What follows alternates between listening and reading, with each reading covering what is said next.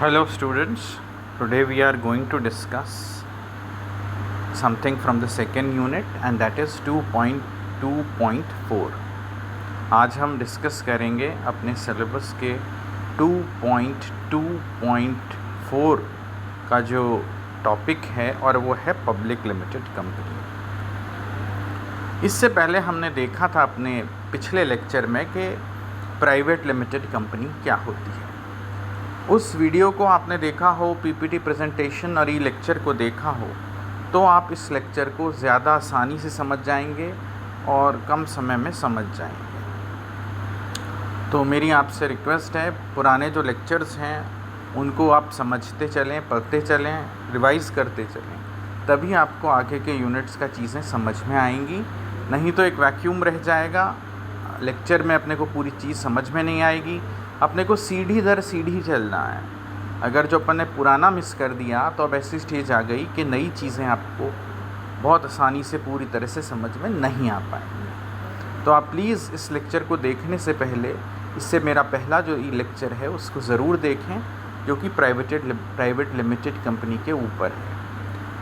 तो हम शुरू करते हैं। What is a public limited company?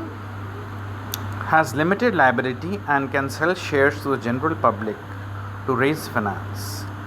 कोई भी प्राइवेट लिमिटेड कंपनी होती है जब वो किसी प्रतिभूति बाज़ार या शेयर बाज़ार में अपने आप को सूचीबद्ध कर लेती है तो वो पब्लिक लिमिटेड कंपनी कहलाती है और उसके शेयर कोई भी खरीद और बेच सकता है।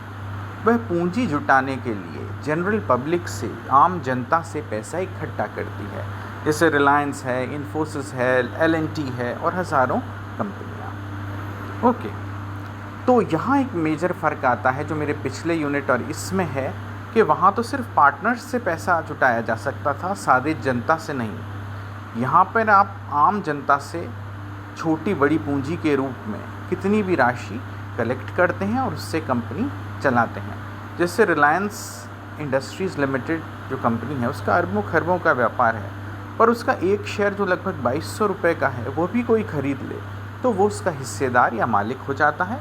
उसे उसका डिविडेंड मिलता है, लाभांश मिलता है, वोटिंग राइट्स मिलते हैं, एनुअल रिपोर्ट उसको भेजी जाती है, प्रॉफिट एंड लॉस अकाउंट उसको भेजा जाता है वगैरह। एडवांटेजेस, इसके फ़ायदे क्या हैं? लिमिटेड लायबिलिटी यानी सीमित देनदारी है। किसी ने रिलायंस का एक शेयर खरीदा, उसके 2200 रुपये उसने एक कीमत दी, वह उसका एक छोटा मालिक बन गया। अब जो अधिकतम नुकसान उससे हो सकता है वो 2200 रुपये का है, उससे ज़्यादा नहीं।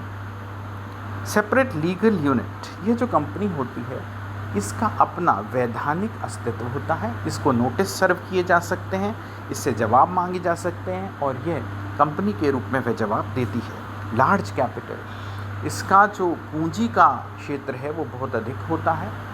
बहुत बड़ी भी पूंजी हो सकती है पब्लिक लिमिटेड कंपनी में। जनता से पैसा है तो बहुत सारे इसके वित्तीय साधन होते हैं। नो रिस्ट्रिक्शन ऑफ शेयर्स, कोई भी जिस पर पूंजी है वो इसको खरीद सकता है। कोई जाति, धर्म, एरिया, रिश्तेदार, जानकार, इसके कोई लेना देना नहीं है। हाई स्टेटस, जितनी भी कंपनियां हैं हमने ऑर्गेनाइजेशन में देखी अब तक, उसमें इसका जो स्तर है वो सबसे ऊंचा है, इसका आकार सबसे वृहद है, इसकी पूंजी सबसे वृहद हो सकती है। डिसएडवांटेजेस, इन लाभों के साथ इसके कुछ कमियां भी हैं, वो हम देखते हैं। कॉम्प्लिकेटेड लीगल फॉर्मेलिटीज़, इसके अंदर जो कानूनी दांव-पेच हैं, कानूनी जो चीज़ें हैं वो बहुत अधिक होती हैं। कंपनी लॉ बोर्ड और कोर्ट्स का इसमें दखल रहता है। मैनी रेगुलेशंस एंड कंट्रोल्स, इसमें सरकार के कई नियम हैं जो फॉलो करने होते हैं, कानूनी चीज़ें हैं वो। डिफ़िकल्ट टू कंट्रोल, इसमें कंपनी का नियंत्रण मुश्किल हो जाता है क्योंकि कंपनी का एक स्ट्रक्चर होता है, वोटिंग होती है, डायरेक्टर्स होते हैं आदि। Selling shares to public is expensive, जनता को शेयर बेचना, प्रतिभूति बाज़ार में घुसना आदि मुश्किल होता है। लूज़ कंट्रोल, प्राइवेट एंटरप्राइज़ की तरह इसमें बहुत निकट से नियंत्रण करना संभव नहीं होता है। टू रिमेंबर, याद रखें बात, public companies are in the private sector of industry, they are owned by private individuals. इसमें जो खरीदारी है शेयर के हिस्से की वो कुछ लोगों की ही होती है। इसके कुछ उदाहरण इसमें दिए गए हैं: Indian oil, Reliance industries, Hindustan petroleum, steel authority of India, Tata Motors, Tata steel आदि। धन्यवाद।